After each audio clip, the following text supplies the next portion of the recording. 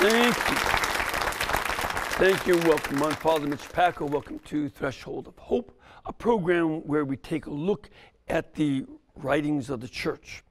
And we are dealing with Pope Blessed John Paul's encyclical, Fides et Ratio, Faith and Reason. Now, if you would like a paperback copy of that encyclical, you can go to EWTN's religious catalog by just going to the website. It's easy, EWTNreligiouscatalog.com. Or you can call them 1-800-854-6316 and order a paperback copy. If you would like a free electronic copy of Fides et Ratio, all you have to do is go to our website, EWTN.com, and go to the document library. Type when you get there and they ask you what you want, just put Fides et Ratio and download it into your computer, print it out or read from the computer as you wish. Now, of course, we'd love to have you involved and participate in our show. One way is to come here to Birmingham, like all these nice people have done from Arkansas and Colorado and Huntsville, Alabama and Pennsylvania. So we'd love to have you come here too. Also, you can send us a question by writing to threshold@EWTN.com, or you can call during our live broadcast, which is on Tuesday at 2 p.m. Eastern Time. And the number you can call is 1-800-221-9460 if you're in North America. Or outside North America, or if you're here in Birmingham, just call 205-271-2980. All right, we are now on paragraph 47 of this document. And we've been talking about, especially just to get the background, we spoke of how the early fathers of the church used philosophy and faith, and they saw that working together. That continued on through Thomas Aquinas. But then with William of Ockham, Marsilius of Padua, and then especially in the 16 and 1700s and later, philosophy began to reject faith, isolate itself from faith, and go off on its own, sometimes in an attempt to come up with an objective view of the world, which then, when they found they could not do it, they then began to move towards an idealistic philosophy. Remember, we said idealism is that you don't know things in the world, you only know your ideas about things in the world. That's what they meant by idealism. Immanuel Kant, Georg Friedrich Hegel, and many others. By the way, none of whom were able to agree on how their ideas came in contact with the world. There's as great, well, no, maybe not as great, but almost as great a diversity of these idealist philosophers as there were Gnostics in the early centuries of the church. They're making it up. So they couldn't, they're trying to be overly spiritual and mental, and they couldn't deal with concrete reality. And so that continued on. Well, here, what the Pope now continues from that development that we've been talking about over the last couple of months. And he says here in paragraph 47 that the role of philosophy itself has changed. What philosophy used to do in terms of trying to pull together the meaning of life is no longer what philosophers try to do. Instead of universal wisdom and learning, philosophy is gradually reduced to one of the many fields of human knowing. See, the idea of philosophy is that you should be able to pull your experience together and become wise as your view of the world makes sense. And philosophy is trying to reflect on how it makes good sense. But today, you go to especially a government-run university, but others as well, and they'll have a philosophy department, and they'll tell you the history of philosophy, but rarely will you find that they help you to become a philosopher. And a lot of college students are so frustrated by it. It seems so boring and so abstract. It might as well be a civics class, which, by the way, college kids also don't know much about. They don't know. Civics is dry, so they don't know it. And they don't know philosophy either. Matter of fact, they're learning less and less as time goes on. The decline in knowledge. America has gone from #1 among its students to now number 27 in the world. So, and that's only in the last 30-some years. That's not a good sign. I mean, I'm glad other people are learning a lot, but also we're declining. And part of it is the loss of philosophy and making philosophy marginal. Especially the folks in the sciences have little respect for the philosophy department. Whereas in earlier times, science was typically part of the philosophy department. In the earlier universities, you took science as part of philosophy. But today, philosophy is marginalized and science, because again, we've declined in science and math as well. Terrible, and that's not a good thing. And that decline in science and math, some people want to go into engineering, which we'll talk about. And believe me, I'm not against engineering. It's a great field, but you'll see what I mean by the difficulty. That what you see is that other forms of rationality have a higher profile, and philosophy looks peripheral. It's on the edge. Here's why. You take a look at, again, a very important area of human study, psychology, or another one, sociology, both of which I've studied a lot, I enjoy, but what's happened is that both fields have become very quantified. In other words, when you study psychology, a big part of the thinning out of psych majors is requiring them to study statistical analysis. Because what you do in psychology class is study the statistics of various studies on different subjects. And again, that's not bad, but what's sometimes going on is that studying statistics about psychological responses or sociology data becomes a substitute for understanding and going into depth. Now, again, I want to make it clear. I think that that kind of study of psychology and sociology is a great tool.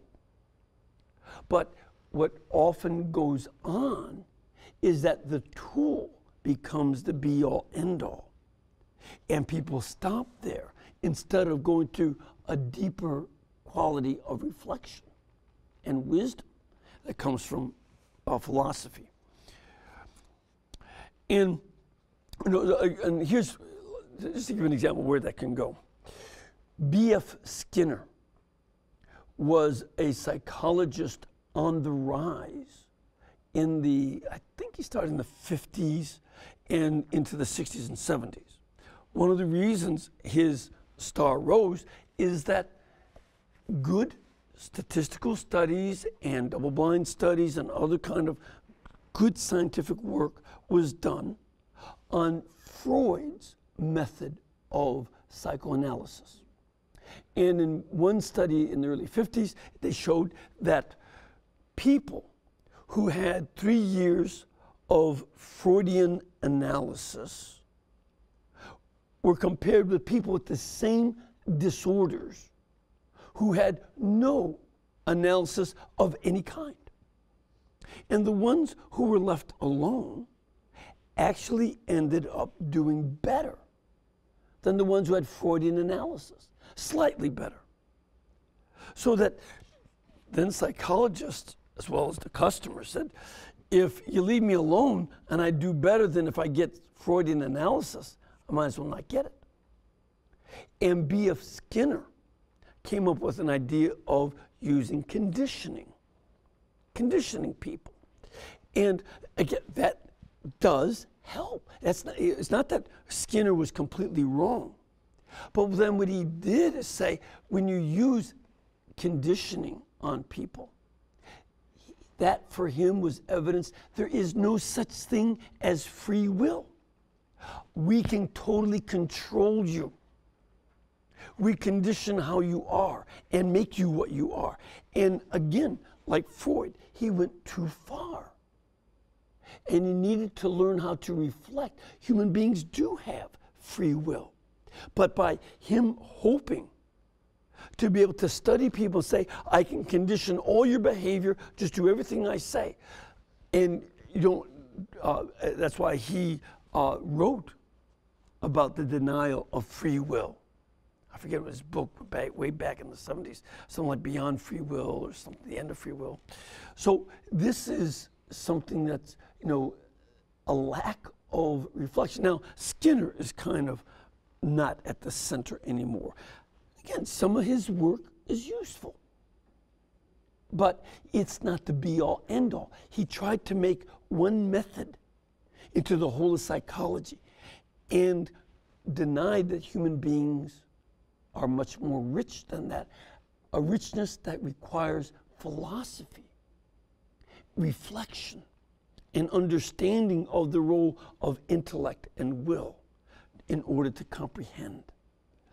And if he needed any help with that, I would have told him, go talk to elderly married couples. And the wife and the husband will both say, I have no idea why she does that. Why does he still do it? But I love him. That there's only there's a limit to what you can grasp just by watching the data. People remain a mystery, and that's important.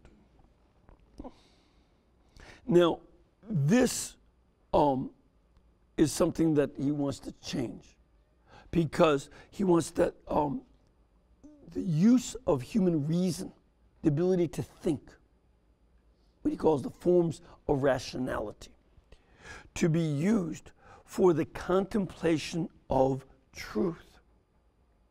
Now, again, in the world, remember I mentioned the idealist philosophers. They believe you don't know the real world. You only know your ideas about the world. And if that's what you know, then of course you say there is no truth. Though even then, they're making an absolute statement. Remember, that's always the case with relativists. They say there's no truth. Well, that's an absolute statement. And they don't know how to reflect on that. But this idea that there is truth that you can contemplate and consider is the basis of philosophy. And that you can understand the meaning of human life. That's the ultimate goal that you have to study. B.F. Skinner could come up, he did an experiment where I think his own daughter was kept in a box. And with various conditioned responses, he got her to do what he wanted, he thought. Now, this was apparently somewhat problematic. I don't know how things developed later on for her. But, this experiment was something else. And what he couldn't explain is, why do you want her to have certain behaviors and not others? that's where philosophy comes in. Maybe he can condition certain responses. But why do you condition some responses and not others? Why do you condition a child not to lie, steal, or cheat? Now, my dad had an 8th grade education. He was not as well educated as B.F. Skinner, but he knew that he could do some conditioning with me, usually at the end of his belt. There were some rewards, but also punishment and fear of punishment, as B.F. Skinner pointed out, is very effective. So, but my dad had principles that he had learned. He wasn't a philosopher as such, but he had learned common sense principles. And you could say that, about different reasons why. B.F. Skinner, thinking that you're just conditioned by your environment, could not tell you why you condition certain behaviors and not others. Because he did not want to do philosophy about what does it mean to be good. Is it just my imposition, or is there something good? That's what philosophy helps you do. Find out what's good. And what you see with Skinner and others, is what the Pope calls instrumental reasoning, in which you have certain utilitarian ends.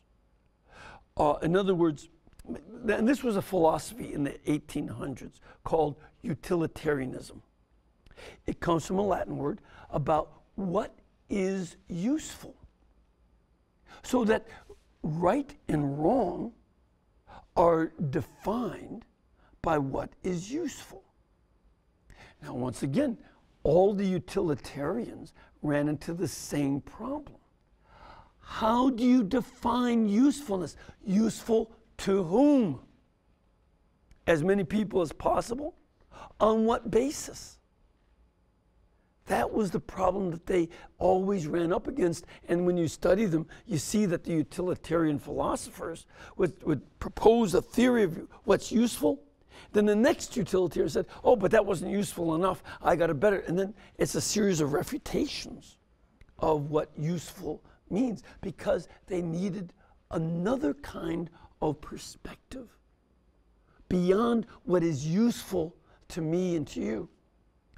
Again, as a little boy, chocolates always seemed very useful. But my parents had an idea that Brussels sprouts and broccoli were useful. I couldn't see it, but they were right. And I did learn to like broccoli.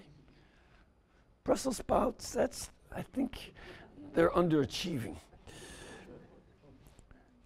Now, the Pope also talked about something in his first encyclical, Redemptor Hominis, Redeemer of Man, that he wanted to stress the danger of absolutizing the utilitarian approach. Again, he's not opposed to what's useful, neither am I. But when you make what is useful absolute, and you don't think about why something is useful, what is it useful for? What's the ultimate purpose? And in so many modern philosophies, they are afraid to ask the questions Thomas Aquinas, Aristotle, Plato, St. Augustine, and others had asked about what is the goal of anything. And so they make, when they don't ask the goals, then they make what I consider useful absolute. And the Pope warned about that in Redemptor Hominis, paragraph 15, when he wrote, "The man of today seems ever to be under threat from what he produces, that is to say, from the result of the work of his hands, and even more so, of the work of his intellect and the tendencies of his will." Now, this is something that we have to pay attention to. I don't know if any of you saw the old Disney cartoon Fantasia, one wonderful cartoon because it had all this wonderful classical music that through cartoon background it was introducing. Well, one of them is The Sorcerer's Apprentice. And the Mickey Mouse plays the Sorcerer's Apprentice. He gets the magic broom to start doing his work for him, but then it gets out of control. And then it causes a flood and he almost drowns. That's the kind of thing the Pope is talking about. We do wonderful things with technology, but as we see in too many places, and not so much in the United States as we once did, but pollution was horrible, still not totally cleaned up. But, you know, pollution was way worse when I was a kid than it is today. You can go to cities like Chicago and Pittsburgh where they burned coal all the time and the air was just awful.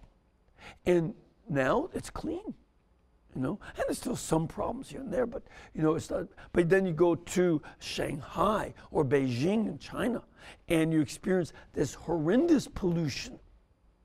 And you see that they're trying to industrialize, but it causes new problems. And it goes on and on with lots of other things. So that's what he means by the world being under threat. And of course, when he wrote that encyclical, we were still in the Cold War, where the hope of nuclear energy also was the threat of nuclear annihilation. So both of that exist at the same time. So he continues on. He says, all too soon, and often in an unforeseeable way, what this manifold activity of man yields to is not only subjected to alienation, and in the sense that it's simply taken away from the person who produces it. So again, we can think of a lot of places today where little kids and others are making our clothes, and they barely get much to live on. This was also true in America back in the 1800s before the unions came. That, you know, the unions helped workers to get a shorter day, a 5-day week, and a lot better conditions and so on. So that is going on. So, but this still is the case today. People who produce things oftentimes don't get to enjoy it. They don't get to wear the kind of shoes they make in a factory because they can't afford it. They work for such little money in some countries. But also, he means by alienation that the technology turns against man himself, at least in part, through the indirect consequences of its effects returning on him, as in the case of pollution. It is or can be directed against him, so that some of the technology can be used to harm us. Cars are great, but about 50,000 people a year die in car wrecks. You know, this is what he means by this. Good things can get turned against us. He continues, this seems to make up the main chapter of the drama of present-day human existence in its broadest and universal dimension. Man therefore lives increasingly in fear. He's afraid that what he produces, not all of it of course, or even most of it, but part of it, and precisely part of what he produces that contains a special share of his genius and initiative, those things we produce can radically turn against man himself. Now, is this not what the politicians have been talking about back in the 70s when they were warning us? It was the front page article of Time magazine that there's global cooling and the earth is going to be so cold we won't have food. And then as things warmed up a bit, they said, no, it's global warming. And up until the 90s, you know, the threats go, and even now they're still talking about global warming, or some of them, but now they've changed that.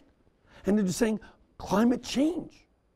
Though, you know, just as a logical question, if you don't want global warming. It means you do want things to cool down. Doesn't that mean that changing the climate is good? But sometimes it seems as if some of the politicians want their hands on the thermostat of the world. They act as if this is an air-conditioned building in Washington that they can heat up or cool down. But the point is, so many of politicians and others use global cooling, global warming, global climate change, as they keep changing what happens, to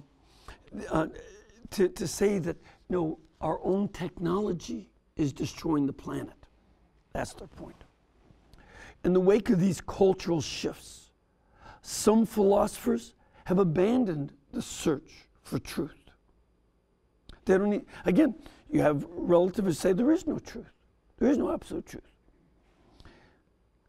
And they absolutely assert that. And they see that all they want is subjective certainty. I feel I'm right. Well, if that's what you're looking for, ask any 2-year-old. Well, as soon as they learn the word no, they think they're right. And mommy and daddy are mean. No, you don't. Certainty is not in short supply with 2-year-olds or 3-year-olds, adolescents. Or they want a pragmatic sense of what's useful. What can I get out of it?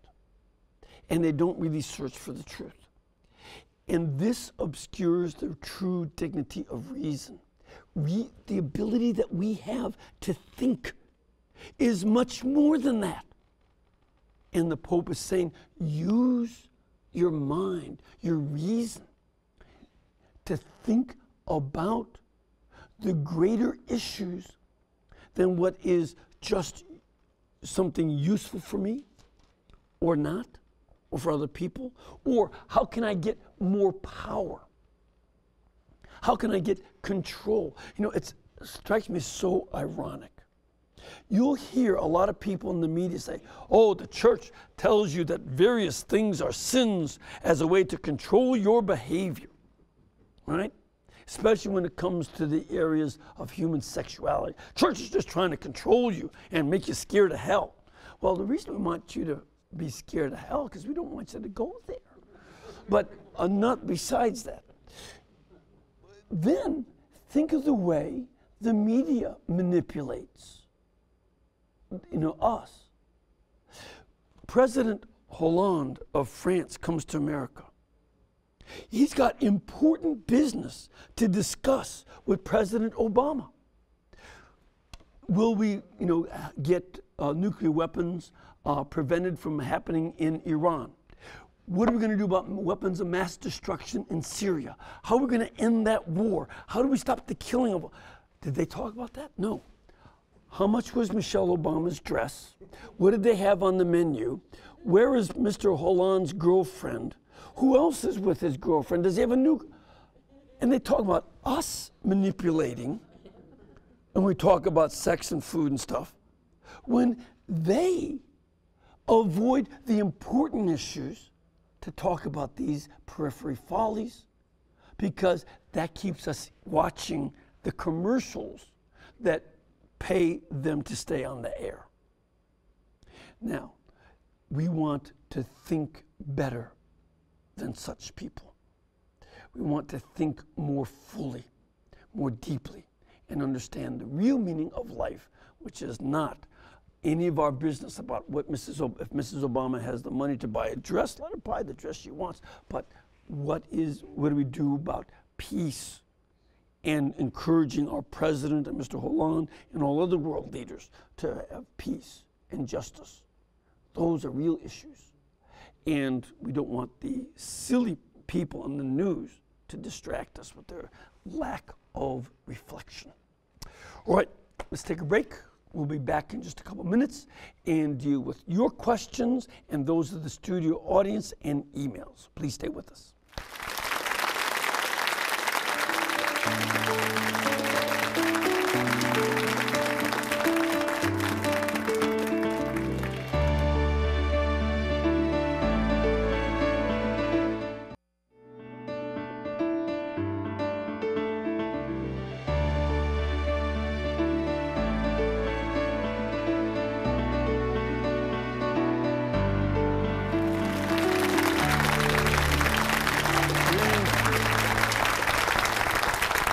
Thank you very much. Thank you. Welcome back. We have a wonderful group of folks here, and we'd love to have you come and join us. If you can make a pilgrimage down here to Alabama, I had some cousins on the way down from the snowy north to Florida, and they came by here.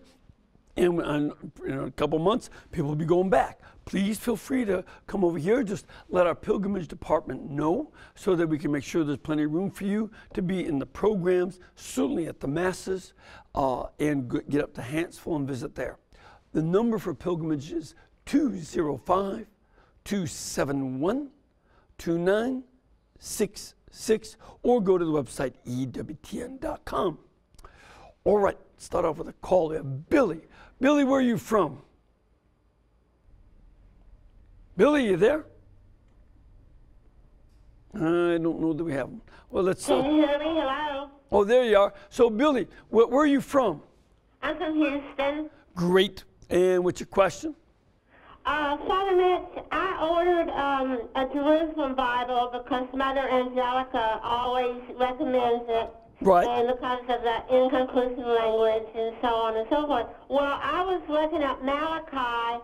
I use my guide that I get at Mass every Sunday for my Bible guide so I can study my Bible. Right. So I was looking at Malachi 3, verse 4, and in the Jerusalem Bible, it only goes to Malachi 1. And in the New American Bible, I had to get it because it was the official Catholic Bible, because it has the 3 chapters in it. Yeah. And I was just wondering why it only went to chapter 1 in the Jerusalem Bible. Well, you know, I have no idea why the Jerusalem Bible would not have those there. There's no good reason at all. You know, I mean, it well could have been that when, you know, they were doing your Bible, when they're making it, because Malachi is the last book of the Old Testament, it might just be that when they put the book together, that last page or so got omitted for some reason. And because that's just an error, and that there's no reason for that not to be there. So, I know Mother Angelica liked the Jerusalem translation, but I know that the New American, as a matter of fact, I know the Jerusalem Bible has those chapters in it in general. But it sounds like just your copy was defective, and I would take it back to the bookstore and say, I want the rest of my Bible. Seriously, Billy, seriously, go back to the bookstore and say, this is defective, I want the whole thing, because we don't want part of the Word of God, we want the whole thing. All right, we have a question from our studio audience. Sir, where are you from? My name is Len, and I'm from Colorado. Great, good to have you here, beautiful state. Thank you. My question is that when I was a youngster going to college, there was always a course called Logic that was either part of or before you learned philosophy. And now these days, everything is spread around. You can learn. Everybody has their own idea of truth. How did that get lost in the process? There are a couple things. On one extreme, there is a French philosopher called Derrida, who was kind of against logic and taught that it's all whatever you say it is. Okay, that's the extreme. That's called deconstructionalism. Okay, but then another big issue is I already mentioned how students are not learning math as well as they used to. And in many places, they are not being taught what you learned. They don't have a course in logic. And one of the reasons is that not only Derrida, but others will try to say that logic is a Western construct, or you'll even have certain, not all by any means, it's hard to get them to agree on anything, but even some feminists will say that logic is a male construct that you are imposing on us. And logic is considered something of an imposition. If somebody wants to think their way, I don't know if you remember this, but certainly in the 80s and 90s, there were mathematics courses being offered in the government schools in which there were no right or wrong answers. It's just that you tried. Well, believe me, Sister Cordelia, Miss Rogan, and all the other Sister Ida, they knew there were right and wrong answers because I got plenty of the wrong ones. And they did that. Yeah, and they kind of made fun of you in class. But you say, I don't want to be incorrect again. I got to do my homework. And so that's one of the things. We have to call people back to studying logic again. I'm in favor of it. All right, we have an email here. Hi, Father Mitch. How was it that at the transfiguration of Christ, Elijah and Moses were present in a glorified state with him? I thought that all those that died prior to Christ's resurrection were in a state of sleep and blocked from the glories of heaven, and that Christ descended to the dead where they waited to bring them to heaven. They seemed to be in a glorified state along with Christ and even appeared to him, so this means they must already have an important place in heaven, I suppose. And this is from Spressa in New York. Well, Spressa, one of the words that you use here is very important. I suppose. You are supposing that they were in a glorified state. The text says that Jesus' garments shone like wool, white wool that had been in the floor. His face shone like lightning, as St. Luke describes it. But it doesn't say that about Moses or Elijah.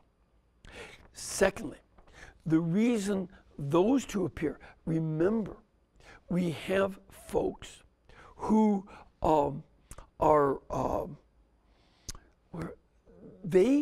Moses was buried and nobody knew where he was buried. And also Elijah was assumed into heaven on the fiery chariot. Now that does not mean that either one of them were there for the beatific vision. As you correctly state, Jesus opened that up after his death and resurrection. But neither were they, of all the people of the Old Testament, in the same state of sleep. And again, I'm trying to think, I don't think in the Old Testament they even use the idiom, he fell asleep.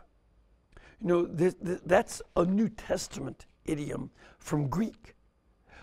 In Hebrew, they just say, who made, he died.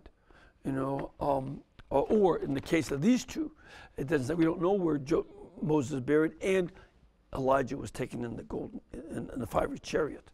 So those two are distinct from the other people in the Old Testament, and don't add stuff to this episode about them being in glory. That's not there, and I don't assume that in it. Some of the artists try to portray that, but that's art. It's not what the text says. I have to ask you to go back to the text and read it carefully. We have another caller. Hello, Joseph. Hello, Father Mitch. Hi, where are you from? I'm from Eugene, Oregon. Oh. Originally from Minnesota. Uh-huh. Well, that's beautiful territory out there in Oregon. What can we do for you? Actually, two things, if you indulge me. I don't mean to take up too much time or to annoy your producer, but I was just married in January. Congratulations. And thank you very much. It's a beautiful young lady named Kathy. And we're expecting.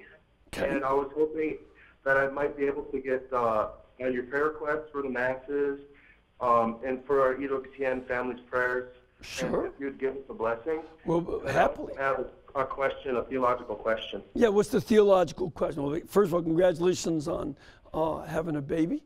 and we definitely will give you a blessing and pray for you. But what's your question? I have a friend. His family is going to the SXTX church outside of town. Yeah, And that's the Society of Pope Pius X. Go on. Yes. And I understand their schism. I don't know if they have excommunication or not. My question is, though, he had been advised by a theological advisor to go to that church with his family so that they wouldn't have disputes and things like this. But I was wondering if that would be for a Sunday obligation, because he had been advised that it would have been.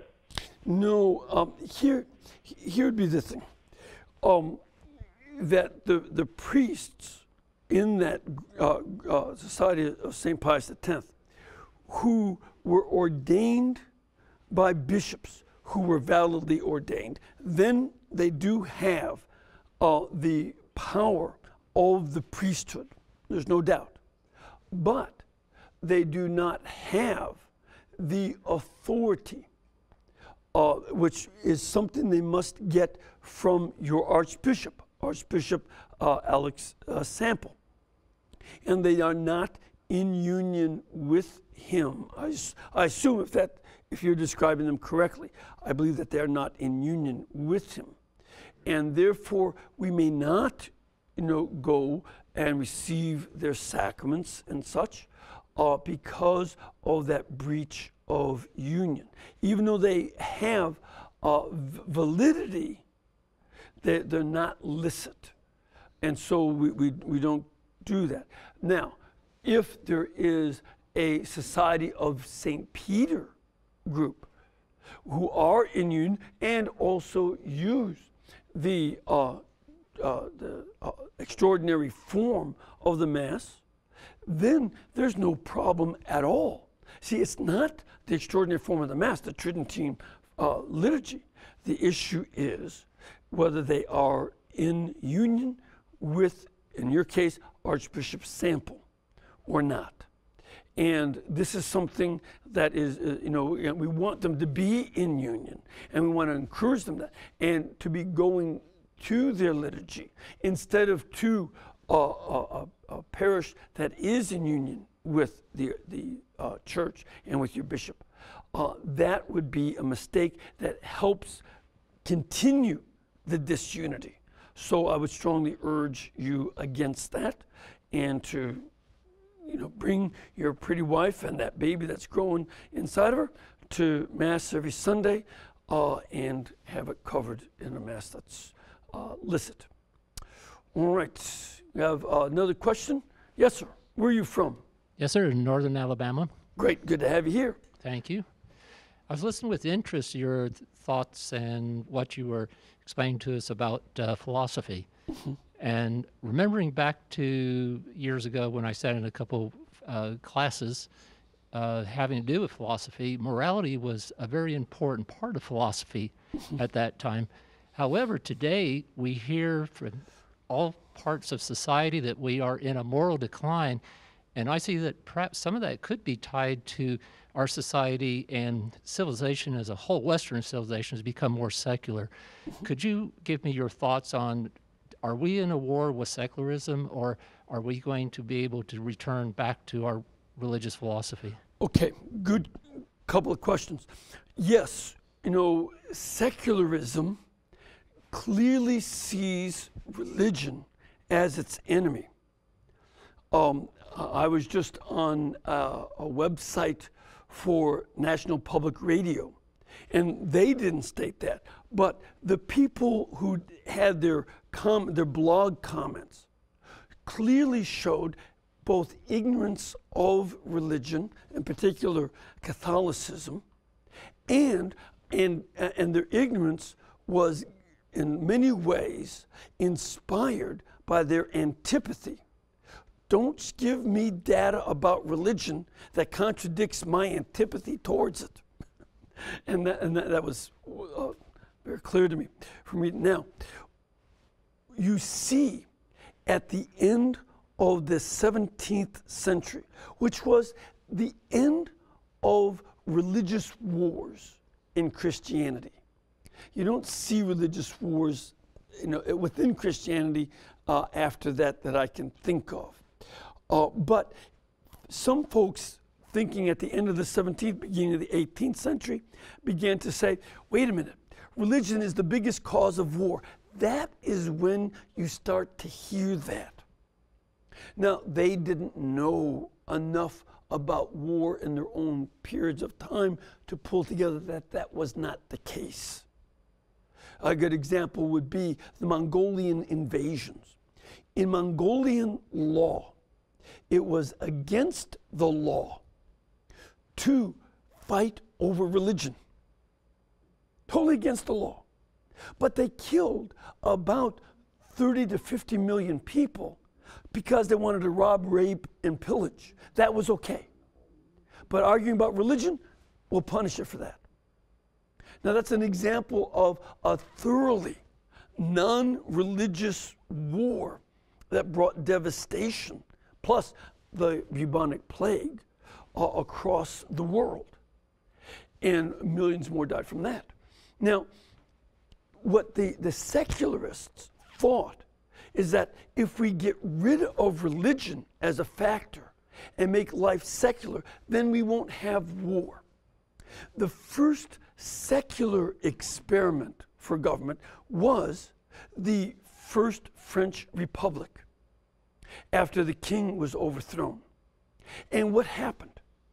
Within 3 or 4 years of the storming of the Bastille, the French Republic, especially under Robespierre and the Reign of Terror, saw to the killing of 115,000 French people, people within known government, who did not want to have fake priests, but only authentic Catholic priests.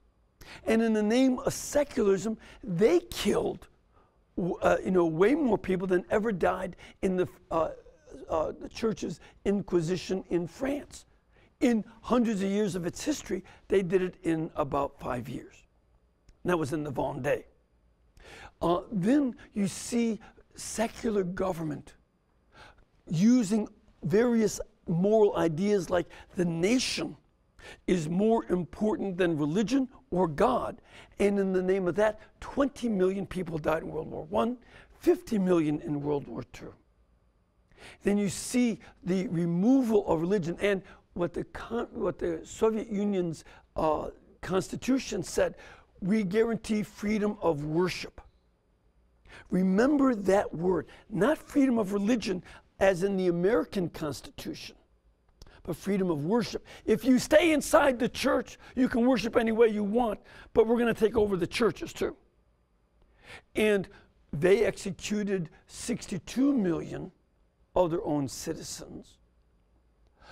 Communist Chinese, even more, so that we see that the secularism of the 20th century alone, we won't even talk about the French Revolution and the Napoleonic Wars, but just the 20th century, 305 million people are killed by secular governments in wars and genocides in the name of secularism, contrasted with 2.6 million who died in religious wars of 2,000 years of Christianity.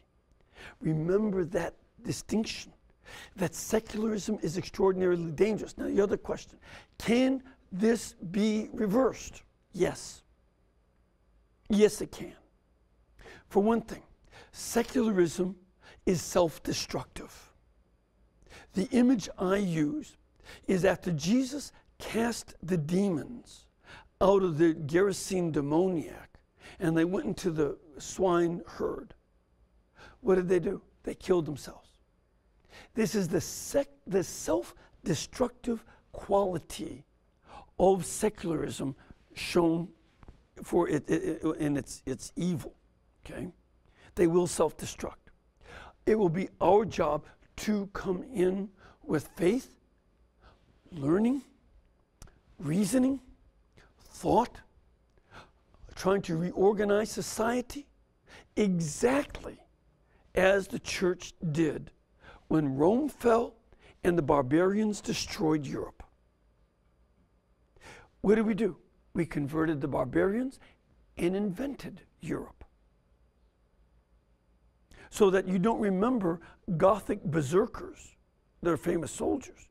You remember Gothic cathedrals. That's what lasted, what the church did. This is our task today. So we have very much to do that. All right, another question from our studio audience. Sir, where are you from? Hey, Father Mitch. My name's Rick, and I'm from Arkansas. Great.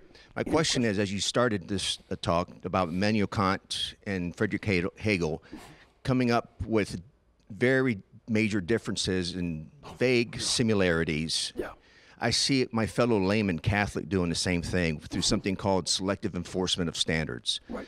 Catholic doctrine has a standard from everything from conception to death. Right.